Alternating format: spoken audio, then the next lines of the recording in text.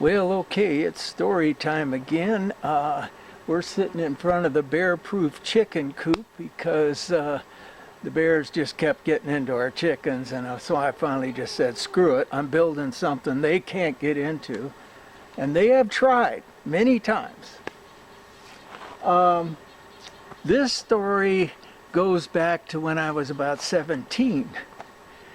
And it probably starts on the night I'm cruising with 5 of my buddies in a 1964 Chevy Impala, 4 on the floor, and 409 engine, I believe. Could be a 327. But anyhow, it was one cool ass car. And we're cruising around, and we're all, you know, lots of drugs, lots of partying, having a great time.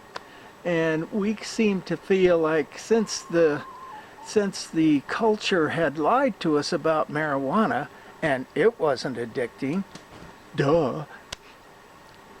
Actually, it turns out that it was, but we didn't know at the time. I'm 17, full of piss and vinegar. So we decided we're going to cruise around and see if we could find some heroin and give that a try. And we cruised around all night. We could not find any. And the next day, I decided to take a little acid with my friends, and I'd been taking a lot of it in those days. And we went off, decided to take it in the gourmet house, which was kind of a food court.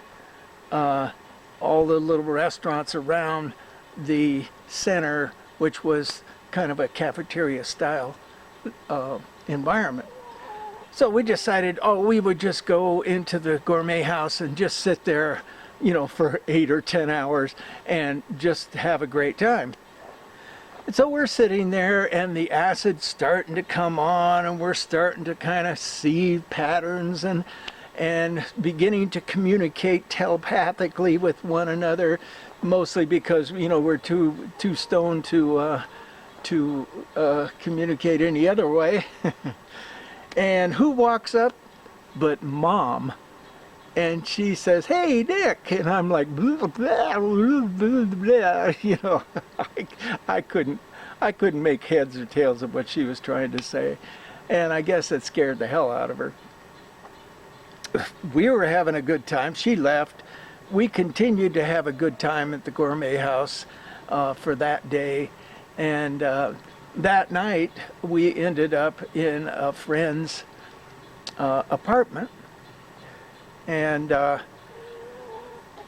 we were coming down from the acid and decided to smoke a little pot to kind of, you know, even out the come down.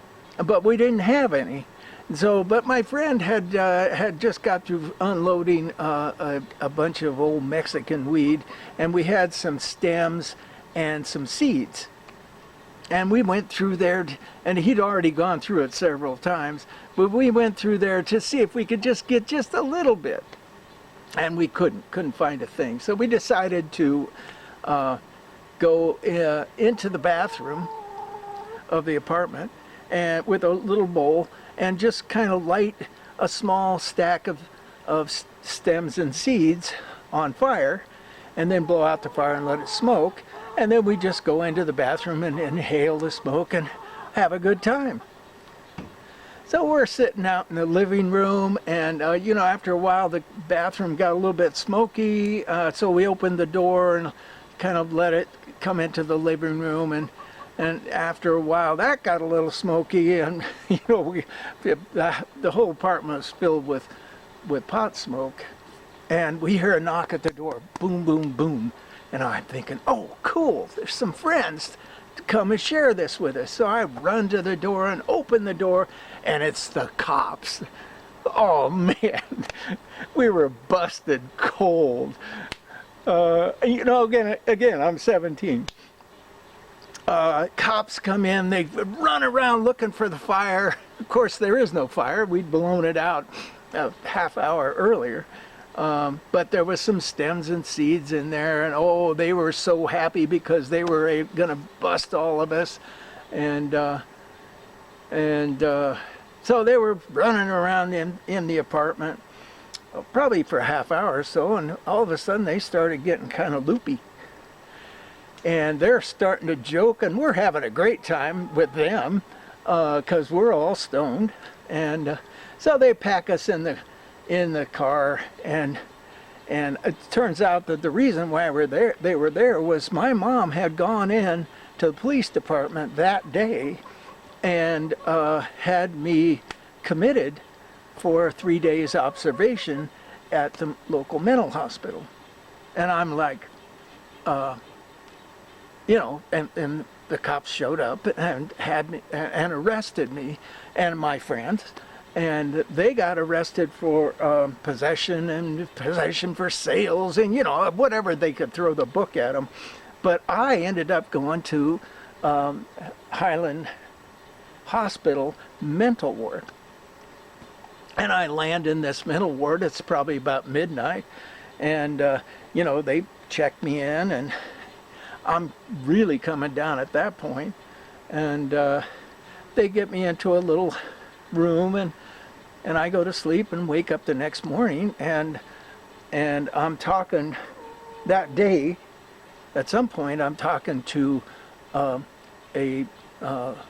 lawyer, no, public defender, because I have this police thing going. And so I tell her the story, and she says, well, she says, you got this arrest from about 2 years ago where, and it turned out that I had stolen a car, and a 1964 GTO, by the way, no slackard of a car. And we had driven it across state lines, and oh man, we were having a great time, and of course we got busted, and I was pretty wild back in those days. And so she says, well, you've got this, and it come, the end result of that whole thing was I had a 2-year probation. And that 2 years wasn't quite up. And the judge said, look, if you get in any more trouble, we're going to bring you back here and put you in prison, and you're going to spend that 2 years in prison. So the public defender says, well, it looks like you've got this probation thing going, and, they're going to haul you back to Colorado and put you in prison. Or you could act kind of crazy and just go to the mental hospital for 3 months. And I'm like, what? 2 years in prison, 3 months in a mental hospital. Hey, that's a no-brainer. So for the next 3 days, I'm one crazy lunatic character, as much as I could be, coming down from many trips of acid and whatever other drugs I was doing. It wasn't hard to be a little mentally unbalanced. Anyhow, so the 3 days was up. They carted me off to Agnew State Mental Hospital, and they dropped me on a ward that was had about 50 guys. And it turns out that a few days later, a guy comes in, Merv Kinkle, and he's coming down from heroin. And I watched him for that 10 days. It took him to come completely down. And then we became fast friends during that 3 months that I was in there. And he gave me all of the insights on what a heroin addict does to get other people addicted so that they can support his or her habit. And so there's many stories about my version of One Flew Over the Cuckoo's Nest, and it was very much like that. The only thing that didn't happen was I didn't get a lobotomy. But after the 3 months, I got out, and it turned out that the 5 guys that were in the car with me that one night were all strung out on heroin. And by the time I left Hayward, which is where I grew up, 5 years later, they were all dead. You know, not all from heroin overdose, but all related to heroin.